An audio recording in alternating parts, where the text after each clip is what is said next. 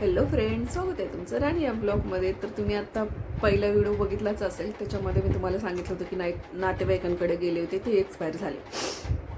तर मला आश्चर्य वाटतंय की नॉर्मल नॅचरल डेथ झालेली त्यांची. नॅचरलमध्ये जर तो माणूस गेलाय तर त्याचं डेथ सर्टिफिकेट भेटलंच पाहिजे आणि ते घेतल्याशिवाय शमशानभूमीमध्ये एंट्री नाहीये. म्हणजे ठीक आहे ना, त्याचा काय अपघात झालाय किंवा काय झालंय तर तसं ठीक आहे. पण म्हणजे मला मी त्या दिवशी आम्ही गेलो ना त्यांना भेटायला, तर तुम्हाला सांगते फ्रेंड्स, किती एक पूर्ण एक दिवस आणि काहीतरी वरती तास झाले होते. तरी पण त्यांनी ती मौत तिथंच ठेवलेली होती. का? त्यांना डेथ सर्टिफिकेट घ्यायचं होतं. आणि ते आधी नातेवाईक यायचे म्हणून थांबले, लांबून नातेवाईक यायचे होते म्हणून थांबले. आणि नातेवाईक आले आणि ते घेऊन जायचं म्हणून स्मशानभूमीमध्ये काही लोक ते पुढं जाऊन काय सरपण वगैरे घेऊन जायचं असतं, ते घेऊन गेले. तर तिथं ते एंट्री देणं गेले त्यांना डेथ सर्टिफिकेट पाहिजे म्हणून.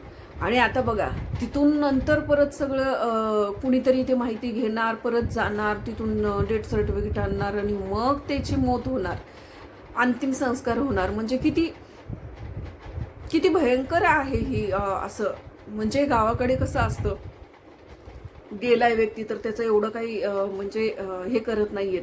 स्मशानभूमीमध्ये कुठेही गेले की त्याचं अंतिम संस्कार करू शकतात. परंतु सिटीमध्ये असा प्रॉब्लेम आहे की स्मशानभूमीमध्ये एंट्रीज करताना पहिलं तुम्हाला डेथ सर्टिफिकेट द्यावं लागतं की त्याची म्हणजे मृत्यू कसा झालाय. तर मला ते बघून खूप आश्चर्य वाटलं आणि नाही का थोडंसं बोलावं असं वाटलं त्या विषयावरती. मी मी तर म्हणते, मी जर गेले ना तर म्हणजे माझी इच्छा आहे की माझ्या वडिलाच्याच घरी मला गावामध्ये घेऊन जावं, की जिथं कुठंही हे केलेलं असतं, कुठेही म्हणजे त्यांचा शरीराला जाळलेलं असतं कुठेही. म्हणजे ती काय असं स्मशानभूमीमध्ये जसं असतं एकावर एकच हे करतात, असं पण नसतं. खूप मोठी अशी मोकळी जागा असते आणि त्या ठिकाणी आपल्याला वाटेल तिथं आपण हे करू शकतो, असं आहे. तर मला तर असंच वाटतं, एक तर ते, नाही तर दुसरं की कुठंतरी एखादा खुल्ला प्लॉट घ्यावा आणि तो ठेवावा, की जेणेकरून मी गेले तर माझ्या मुलांना तो ऐन वेळेला तो त्रास नको, सर्टिफिकेटच आणा, हेच आणा, तेच आणा. तर तो माझे मुलं माझ्या कमाईचं घेतलेलं प्लॉट आहे तिथं तरी नेऊन मला कमीत कमी चेनमध्ये जाळतील, बरोबर ना? काय यार, म्हणजे नाही का, कुठं काय करावं, खूप अवघड आहे सिटीमध्ये. खूप अवघड आहे, म्हणजे प्रत्येक गोष्टीला खूप अवघड आहे सिटीमध्ये. आणि वाटतं करिअर आहे सिटीमध्ये आणि आहे पण करिअर, परंतु गावासारखं वातावरण कुठं नाही आहे, असं काही नाही आहे. मी माझं पूर्ण म्हणजे माझं पूर्ण गावाकडंच आयुष्य गेले असेतला फरक नाही आहे. माझे वडील जॉबला असल्यामुळं आम्ही बाहेरच होतो, तालुक्याच्या ठिकाणीच राहायचो. परंतु ज्या बी वेळेला आम्ही जायचो ना गावाकडे, तर असं महिना ऊन सुट्ट्या तर अख्ख्या मी तिकडेच घालवायचे. जेव्हा माझी आई गेली त्यानंतर आम्ही जे गावाकडं आलो, आई गेल्याच्या नंतर जे गावाकडं आलो, त्याच्यानंतर मात्र माझी लाईफ पूर्ण तिथं गावामध्ये गेली. पण मी छोटी होते आणि माझे वडील जॉबला असल्यामुळे, आई वडिलांसोबतच मी असल्यामुळे म्हणजे असं सिटीमध्येच राहिली आणि सिटीचंच मला वातावरण जास्ती हे झालेलं आहे. परंतु तरी पण तुम्हाला सांगू का, मला गावाकडचंच वातावरण खूप आवडतं. कारण असं खूप अशी मोकळी हवा, खूप असे झाडं, आणि ते वेगळंच असतं. म्हणजे नाही का, हर एक प्रकारच्या भाज्या भेटतात, हर एक प्रकारचं असं वेगळं खायला भेटतं, असं म्हणजे खूप छान असतं आणि मला खूप आवडतं. भले मी सिटीमध्ये राहते, हे करते, आणि परंतु मी गाव खूप मिस करते, एवढं मात्र आहे. मला असं म्हणजे गावाकडचं वातावरण खूप आवडतं. नाही असं वाटतं यार की आपण गावाकडे असायला पाहिजे. परंतु एवढं सोपं नाही आहे सिटीमध्ये. ज्यांनी खूप बरेचसं आयुष्य गावाकडे घातलेलं असतं आपण, आणि बरंचसं आयुष्य सिटीमध्ये घातलेलं असतं. परंतु असं आपल्याला जर वाटलं कदाचित आपल्याला गावाकडे जावं असं, तर गावाकडे आपण ॲडजस्ट करू का? नाही होत. कारण आपल्याला इथं सगळ्या सुखसुविधांची सवय लागलेली असते.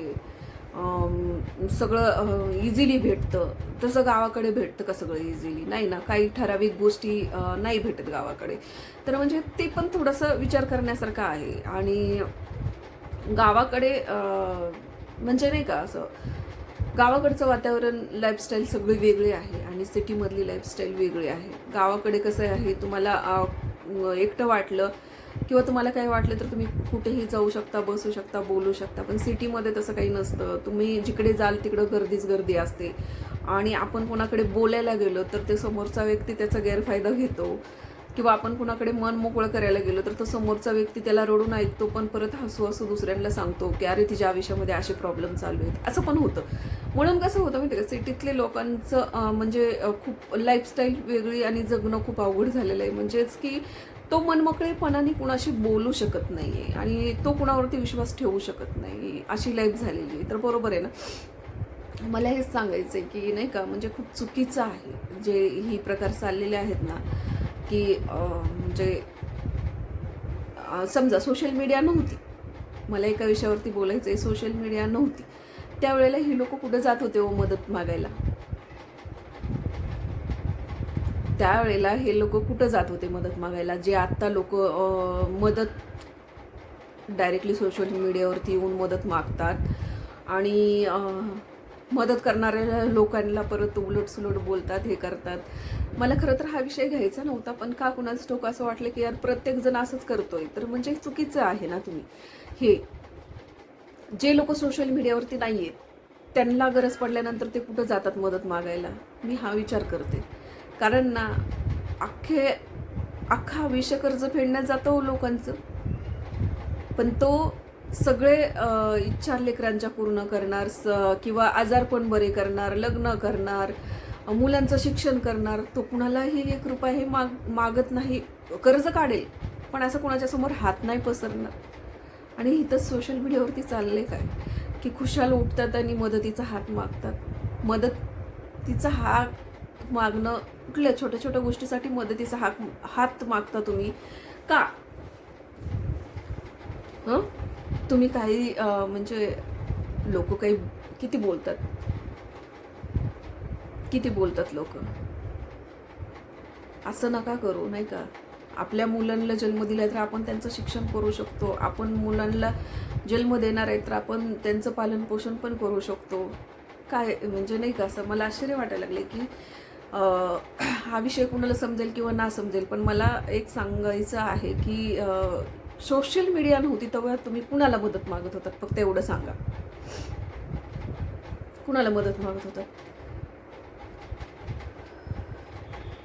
आता मी तुम्हाला सांगते, मी तुम्हाला सांगितलेलंच आहे ना की मला सध्या थोडेसे प्रॉब्लेम आहेत आणि मला म्हणजे मी जिथं पहिले हे करत होते, काम करत होते, ते काका एक्सपायर झाले. 1 वर्ष होऊन गेले त्यांना एक्सपायर होऊन, आणि मला असं वाटलं नाही आहे की त्यांच्या घरचे लोक ते संस्था चालवतील आणि हे करतील, परंतु त्यांनी चालवली. आणि माझं त्या नातेवाईकांच्याकडे गेल्यानंतरच त्यांची माझी भेट झाली. त्यावेळेला त्यांनी मला सांगितलं, ऑफर दिली की येतीस का परत, आम्ही तुला पेमेंट देऊ. बरोबर आहे तुमचं, मला सध्या गरज पण आहे पेमेंटची, परंतु मला पेमेंट देणार, परंतु तुम्ही दुसऱ्यांकडनं घेणार आणि मग मला पेमेंट देणार, तर त्याला समाजसेवा म्हणत नाहीयेत. ती जी काका करत होते ना, 1 रुपयाही न घेता सगळ्यांची मदत करायची, कारण त्यांचा मुलगा एक अमेरिकेला होता आणि तो तिथून त्यांना पैसे पाठवायचा, तर तो व्यक्ती स्वतःवरती न खर्च करता त्या संस्थेला खर्च करत होता आणि त्या संस्थेच्या माध्यमातून बऱ्याच महिलांना मदत केली, बऱ्याच महिलांना हे केले त्यांनी. म्हणून मी त्यांच्यासोबत काम करत होते. त्यावेळेला मला पेमेंटची गरज नव्हती, मी 1 रुपयाही आत्तापर्यंत त्यांच्याकडनं घेतला नव्हता. ह्यांनी मला पेमेंटची ऑफर दिल्याच्या नंतर मी त्यांना चौकशी केली, म्हणजे नाही का असं सहज विचारले की मग कसं चाललंय आता, काय करता वगैरे, असं तसं. तर ते म्हणे आपण मदत करतो आता सगळ्यांना, पहिल्यासारखंच आहे सगळं, पण एक केले की आपण चार्जेस घ्यायला लागलो. म्हटलं काय? तर हो म्हणे. म्हणजे तो मुलगा वडील गेले म्हणून ह्यांना पैसे पाठवत नाहीये, म्हणून आता ह्यांनी काय सुरू केलं की आता जर ती संस्था चालवायची आहे तर आपण चार्जेस घ्यायचे. मग कसले तुम्ही समाजसेवक? समाजसेवा म्हणजे 1 रुपयाही न घेता निस्वार्थपणे कुणाची तरी तुम्ही मदत करता आणि काहीतरी सेवा करता कुणाची तरी, त्याला म्हणतात समाजसेवा. ना की तुम्ही समोरच्याकडनं घेणार आणि मग त्यांना मदत करणार. ती समाजसेवा म्हणत नाहीत आणि मला ती मान्य नाहीये. मला जर समाजासाठी काही करायचे तर मी कुणाच्या समोर हात पसरून किंवा त्यांच्याकडनं काहीतरी घेऊन मग मी त्यांची मदत करायची, तर मला ही समाजसेविका म्हणायचा अधिकारच नाहीये. बरोबर? आणि समाजसेवा ही समाज कशाला म्हणता मग तुम्ही? समाजसेवा कशाला म्हणता? जर तुम्ही समोरच्याकडनं पैसे घेता, चार्जेस घेता, तर तुम्ही समाजसेविका म्हणायचं नाही. तुम्हाला ज्याचं नॉलेज आहे ते तुम्ही विकताय. बरोबर ना?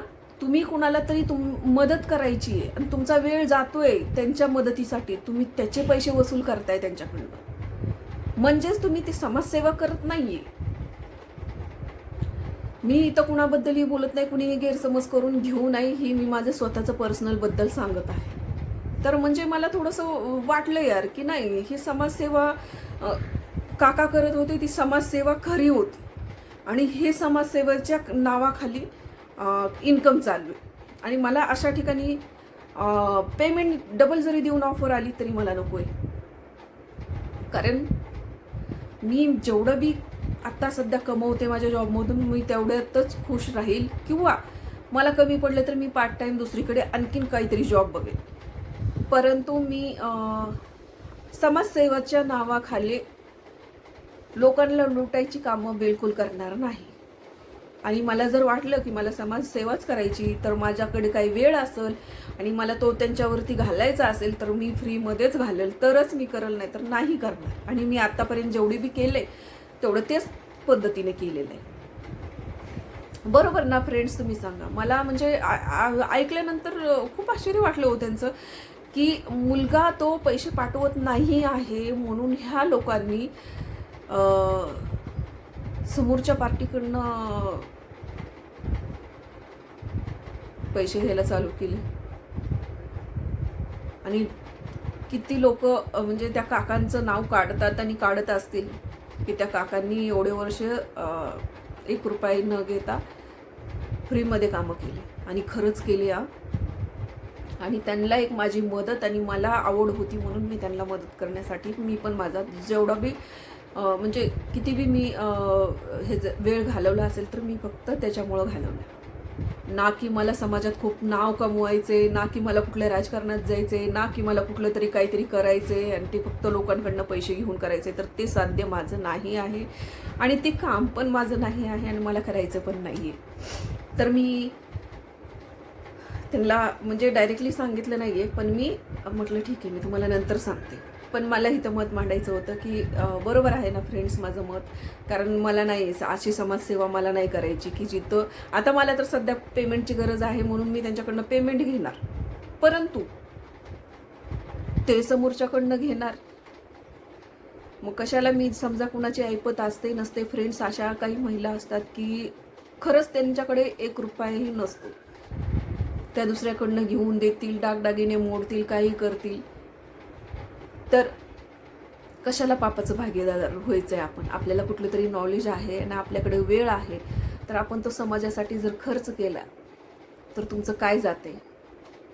देव पण तुम्हाला देऊन बघतो, तुम्हाला नॉलेज देऊन बघतो, तुम्हाला वेळ देऊन बघतो. तुम्ही त्याचा किती फायदा कशासाठी घेता, इतरांसाठी घेता का स्वतःसाठी घेता, हे बघत असतो. तर लक्षात ठेवा,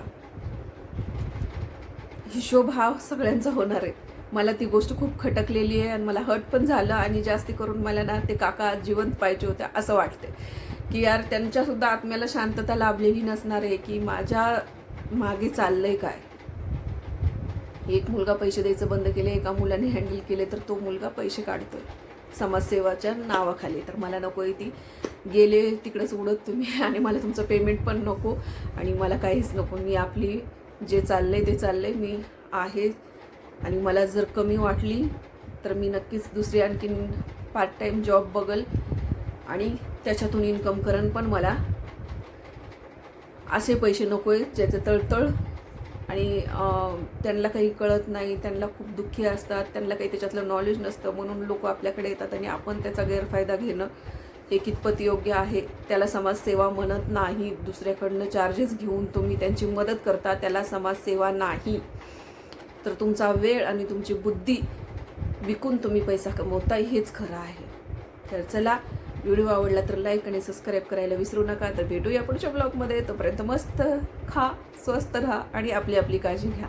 बाय.